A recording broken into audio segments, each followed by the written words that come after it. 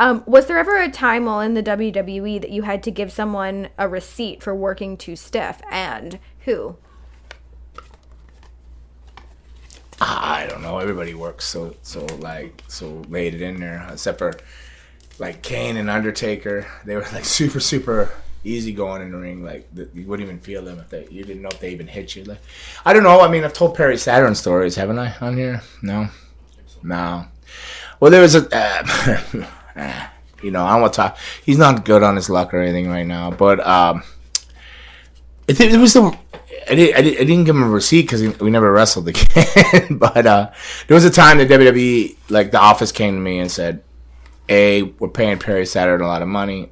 It wasn't about being stiff or anything, but on my end, we're paying him a lot of money. We really need to make it work. Because I was the kind of guy like, "Oh, we want you to do a job in 2 minutes." I said, "I can do it in 1." I didn't care. I just did whatever. I didn't argue about whatever. So I would tend to be like laid back. Like speaking of Gable, right? I'm getting sidetracked, but they told me they made me get rid of my tiger suplex, and that guy hits a tiger suplex on not Otis, but Matt Riddle. He hit it on Matt Riddle. I was like, what? Tiger suplex is just a double trap behind and back into a Why bridge. did they make you get rid of that? They said it was too dangerous, and the other guys don't want to take it. So they're worried about this and that, but he hits one. It was nice. He wasn't on the tip of his toes, but he hit a nice tiger suplex. But whatever, I'll get back on that. I don't know. But I could have ranted on that for hours because they would take away my offense slowly, so I had no offense. But back to WWE, whatever this question, whatever it is. It was stiff. Receipts. Oh, all right. So it wasn't about a receipt or anything. They just came to me and said they're paying him a lot of money, Perry Saturn, and they wanted me to really make him work. So usually I would just lay back and do whatever somebody wanted, like Perry wanted to do his stuff. So I went in there and made him work. Like I just stayed with him. Like I didn't just lay back. I just kept bringing it, which I should have been doing all the time. So, but I did it. After the match, Perry was whatever, tired or whatever. No big deal. But we didn't sell it or anything like that. But then we had a match again, like a month or two later, and I go out there. He calls all this stuff, Perry. So he's like super excited, I think, for this match. He calls this big opening and everything, right? I mean, like all this stuff. I'm like, oh wow, a lot to remember. So I go out there to tie up, and then he comes with a kick straight to my face on the tie up, a straight boot. Boom! I look at him, and then he hits me with two rights, like boom, boom. And I'm holding the rope, and I just look at him like, do I want this job, or am I gonna beat this fool up? Like, and when I looked at him again, the next punch came in like a feather, and then it was like super light. I think he gave me his 3 best shots, and I just stood there and I go like, this guy's shooting at me. And I just looked at him like, well, I gotta beat him up. And we continued out, right? We do the match, and I get a little maybe little receipts worked a little tighter or not. But nothing mean, but I was thinking the whole time, is this guy trying to take advantage of me? So I got this battle in my head.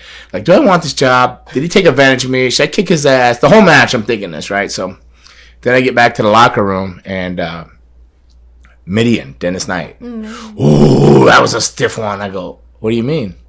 He goes, yeah, he told me he was going to tune you up out there. What? I said, he did he?